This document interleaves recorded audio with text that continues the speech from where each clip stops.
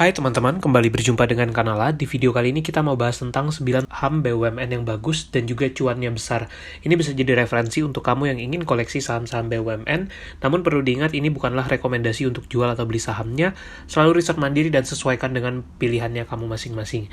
Kriteria yang kita pakai dalam video kali ini antara lain emitennya punya kinerja stabil, fundamental yang bagus, dan juga dividennya menarik. Ingin tahu strategi dan cara menemukan saham terbaik untuk investasi jangka panjang? Atau mau belajar saham langsung bersama Kanala? Nah, kamu bisa ikuti webinar ini. Webinar memilih saham terbaik ala Warren Buffett akan kita adakan pada Sabtu 25 Juni 2022. Dan inilah detail materi yang akan dibahas di webinar tersebut. Peserta nantinya juga bisa bertanya langsung ke Kanala dan mendapatkan rekaman sesi webinar. Untuk pendaftaran bisa langsung klik link di deskripsi atau daftar melalui WA ini atau bisa ke Instagram @kanalaid. Sampai jumpa di webinarnya ya. Nah, untuk menemukan saham-saham BUMN, kamu bisa lihat indeks saham BUMN yang ada di Bursa Efek Indonesia. Ada yang namanya indeks IDX BUMN 20. Dalam indeks tersebut, ada list 20 saham BUMN yang bisa kita explore dan juga kita pilih untuk saham-saham pilihan kita. Contoh misalnya ada seperti saham BRI, kemudian Mandiri, dan sebagainya. Nah, kamu bisa cari saham-saham BUMN yang kinerjanya bagus dan sesuai dengan preferensinya kamu. Langsung saja inilah list dari versi Kanala. Yang pertama ada saham PTBA atau PT Bukit Asam. Ini merupakan salah satu perusahaan tambang batubara yang salah satu terbesar di Indonesia juga. Nah, kalau kita lihat dalam tentang waktu, misalkan dalam 8 tahun terakhir, PTBA ini punya kinerja yang sangat menarik. Di tahun 2021, mereka membukukan laba bersih mencapai 7,9 triliun rupiah, satu angka yang juga cukup besar. Dan ini memang mengalami kenaikan sangat signifikan dari tahun-tahun sebelumnya. Nah, ini gambarannya untuk margin laba bersih PTBA itu bahkan bisa di atas 20%, termasuk kalau kita lihat data secara rata-rata 5 tahun terakhir. Walaupun harus diingat bahwa kinerja perusahaan batubara ini bisa naik turun setiap tahun tergantung dari harga komoditas batubaranya. Nah, ini gambaran kinerja PTBA pada kuartal 1 2022. Mereka sudah membukukan laba periode berjalan itu sekitar 2,3 triliun rupiah dan secara pendapatan pun naik sangat signifikan dibandingkan tahun 2020 khususnya di kuartal 1 2020 lalu. Saat ini valuasi sahamnya dihargai dengan price earning ratio 5,7 kali dan dividend yield-nya bahkan bisa mencapai 16% lebih. Jadi ini satu angka yang begitu luar biasa. BRI dengan kode saham BBRI ini merupakan salah satu bank terbesar di Indonesia juga, dan BRI ini punya kinerja yang sangat menarik. Kalau kita lihat sejak 2014 saja di sini terlihat begitu drastis pertumbuhan dari pendapatan dan juga laba bersih yang mereka miliki.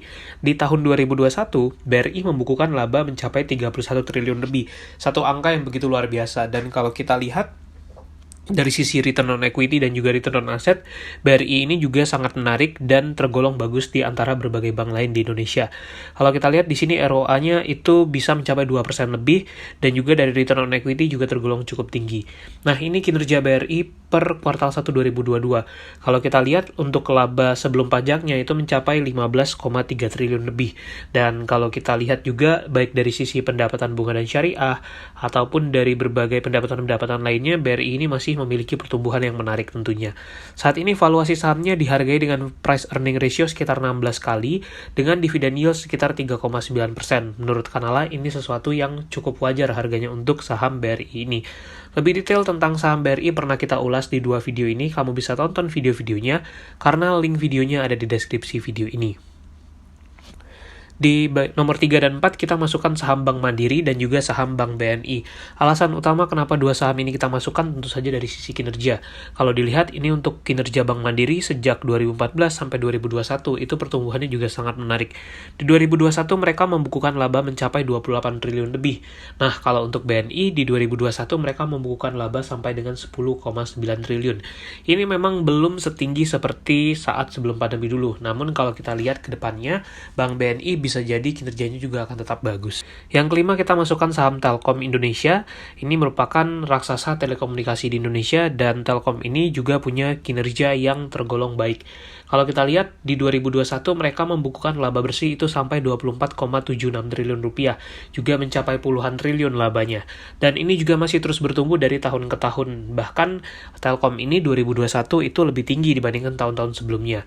Nah, ini untuk kinerja Telkom di kuartal 1 2022. Kalau kalau kita lihat dari segi laba usaha memang mengalami sedikit penurunan. Hal itu dikarenakan adanya kenaikan beban dari Telkom ini. Namun kalau kita lihat untuk laba yang bisa diatribusikan ke pemilik entitas induk, itu nilainya 6,1 triliun, masih bertumbuh walaupun cukup tipis dari periode yang sama di tahun lalu tentunya. Dan ini gambaran valuasinya, saat ini price earning ratio-nya sekitar 17 kali dengan dividend yield 3,5%. Tentu ini karena harga saham Telkom sudah naik cukup signifikan dibandingkan tahun-tahun lalu. Yang keenam, kita masukkan saham Pegas, perusahaan gas negara. Ini merupakan perusahaan yang bergerak di bidang distribusi gas tentunya.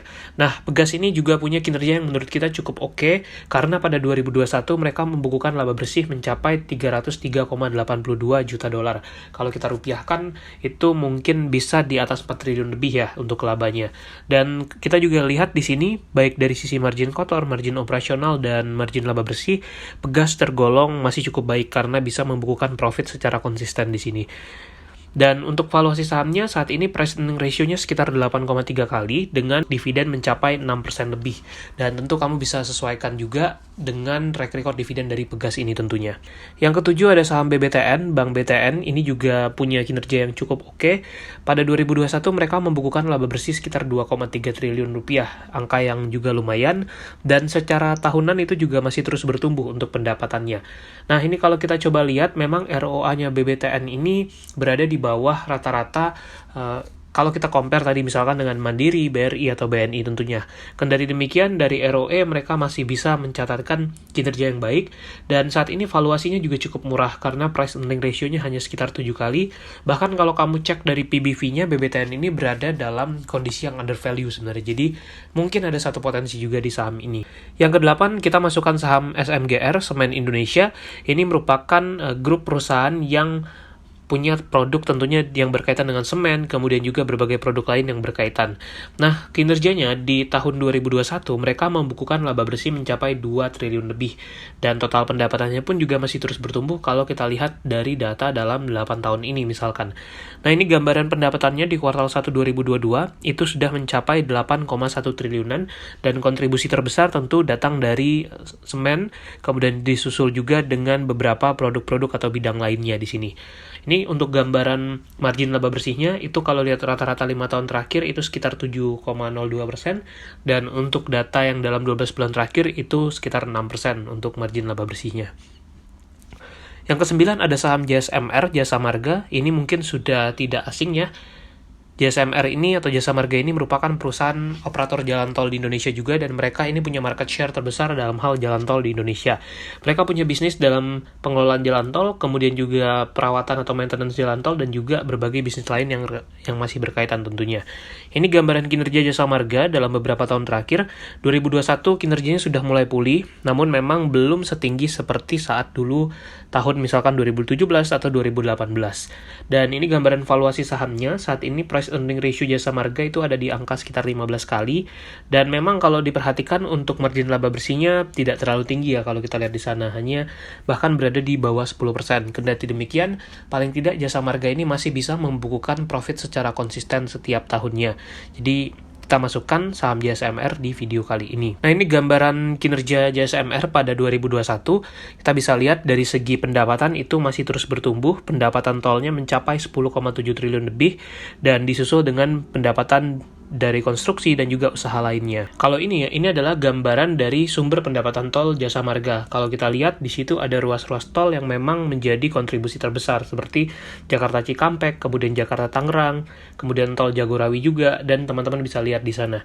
Nah, yang perlu dicermati mungkin dari Jasa Marga ini adalah tingkat utangnya yang cukup besar. Kalau kita perhatikan total liabilitas dari Jasa Marga itu mencapai 75,7 triliun lebih. Yang mana kalau kita lihat itu kontribusi dari utang banknya begitu tinggi, mencapai 54,4 triliun lebih. Jadi cukup besar. Nah, mungkin itu yang harus dicermati oleh investor.